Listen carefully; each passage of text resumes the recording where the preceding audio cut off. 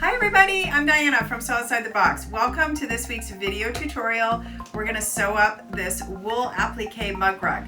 It's all hand sewing, no machine this week. Let's get started.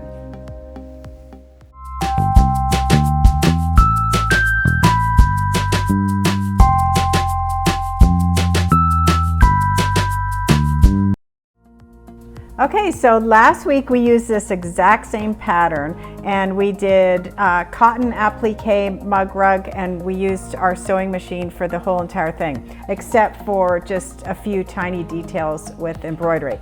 But this week we're going to use the same pattern and we're going to do the whole thing with wool applique and hand sewing. Okay, so that was fast, right? It's all sewn up. But I just want to let you know that I only really used 3 stitches. I used a back stitch, a blanket stitch, and a whip stitch around the animals. So what I'm going to really focus on in this video is applying the backing fabric.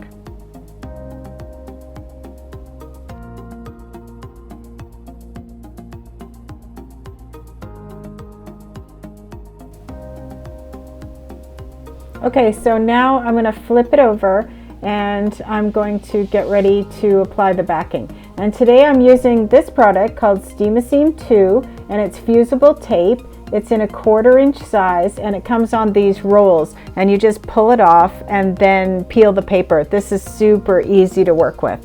So you can do this exact same thing with any kind of fusible you have on hand. You're just going to want to cut it into strips. So I do like this product because it's so easy to work with. And I'm just going to tear off the sizes that I need to go around the edges, and this will help me to adhere that flannel back to the back of my mug rug.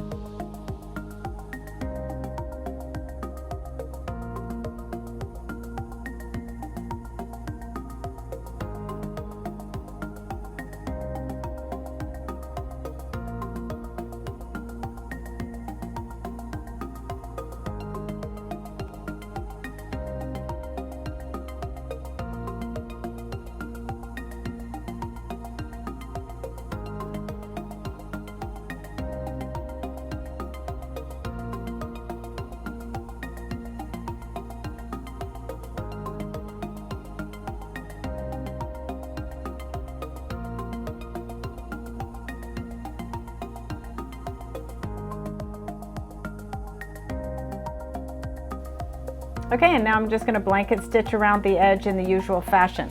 But you can see I brought my needle up between the flannel and the wool about 1 inch away from the edge, and then I just work my needle through that glued edge, which it's easier than I'm showing you how it looks here. It's actually quite a bit easier. And then I just blanket stitch as usual, leave a tail, and then at the end I'll press again and I'll cut those little tails off.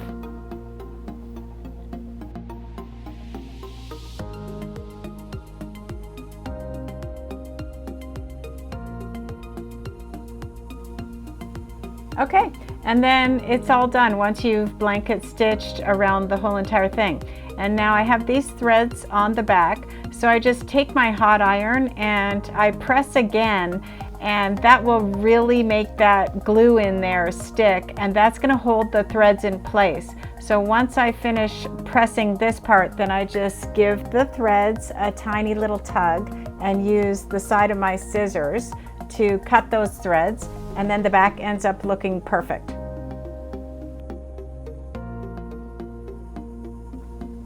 So that's it.